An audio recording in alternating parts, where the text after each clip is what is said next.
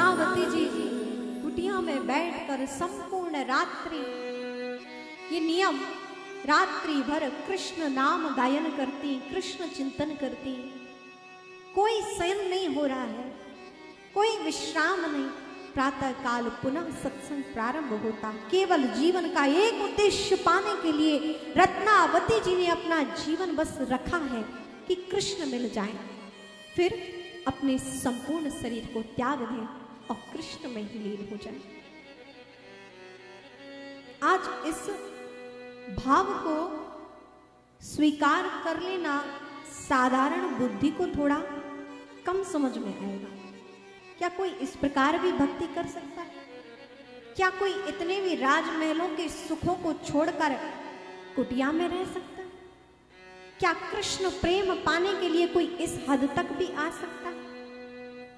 इस साधारण बुद्धि को समझना कठिन हो सकता है, लेकिन जो भगवत भक्ति से भावित होंगे, जो प्रभु प्रेम से भावित होंगे, उनके लिए कठिन नहीं है, क्योंकि ये अनुभूतियों के कुछ अंश उनके जीवन में भी होंगे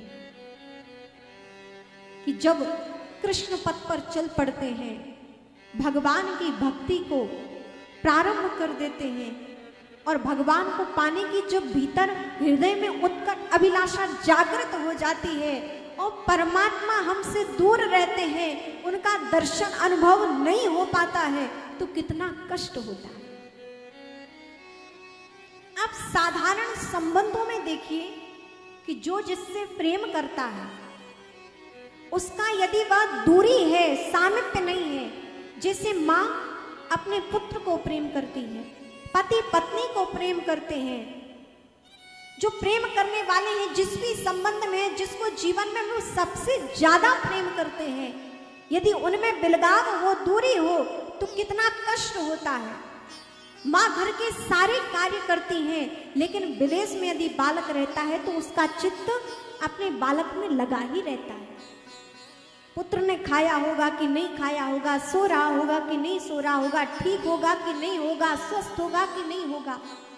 प्रेमी जन, पति पत्नी, जो भी संसार के संबंध हैं, यदि इनमें दूरी है तो उस कष्ट का अनुभव जब संसार के लोग कर सकते हैं, तो वास्तव में जो परम प्रेम है, जो परमात्मा से प्रेम करने वाले हैं, क्या उनके हृदय में वो विरह भाव, जिसमें वह मरने तक के लिए, प्राण त्यागने के लिए भी उद्यत है? तो जो भगवत भक्त है, उनको ये भाव हृदयस्थ होना कठिन नहीं होगा।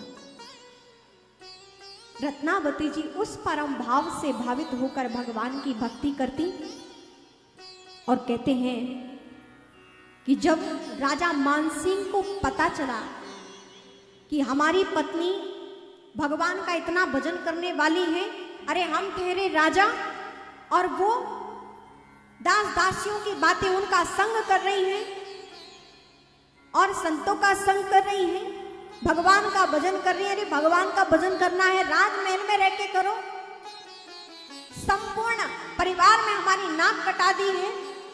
उस समय राजा मानसिंह आमेर से दिल्ली में विराजमान थे किसी कार्य हेतु, तो काफी समय तक आमेर से दिल्ली में थे। जब पता चला कि उनकी रानी की ये दशा, उनका जीवन इस प्रकार परिवर्तित हो चुका है, तो राजा बहुत क्रोधित हुए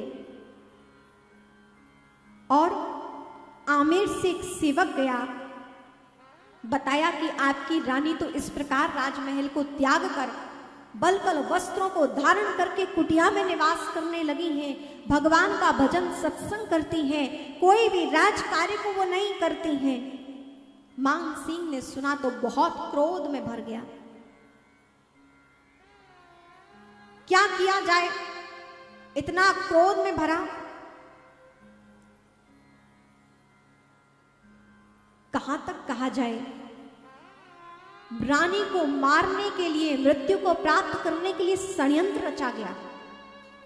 और कहते हैं कैसा षड्यंत्र,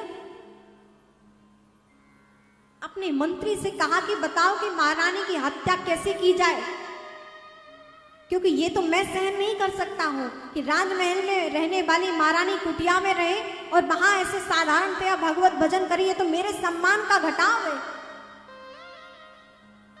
तो सेवकों ने कहा कि आप जैसे चाहो वैसे महारानी की हत्या की जा सकती है। तो एक समझदार मंत्री ने कहा, देखो महाराज, हत्या का पाप ठीक नहीं है, वध नहीं करना चाहिए। सांप भी मर जाए और लाठी भी ना टूटे। आप ऐसा करो कि आपके यहाँ जो पशु पक्षी का जहां पालन करते हैं आप, वहां एक शेर भी है, बहुत खूंखार शेर है। यदि उसको महारानी की कुटिया के पास छोड़ दिया जाए और कई दिनों तक पहले शेर को भूखा रखा जाए, और जैसे ही उसे मनुष्य की सुगंध मिलेगी तो महारानी को वो अपने आप खा लेगा, अपने आप महारानी मृत्यु को प्राप्त हो जाएंगी। आप क्यों वध का ऐसा पाप अपराध मोल लेते हैं? कहा, ठीक कहा तुमने। और कहते हैं कि ऐसा ही भाव यहां पर शेर को कई दिनों तक भूखा रखा,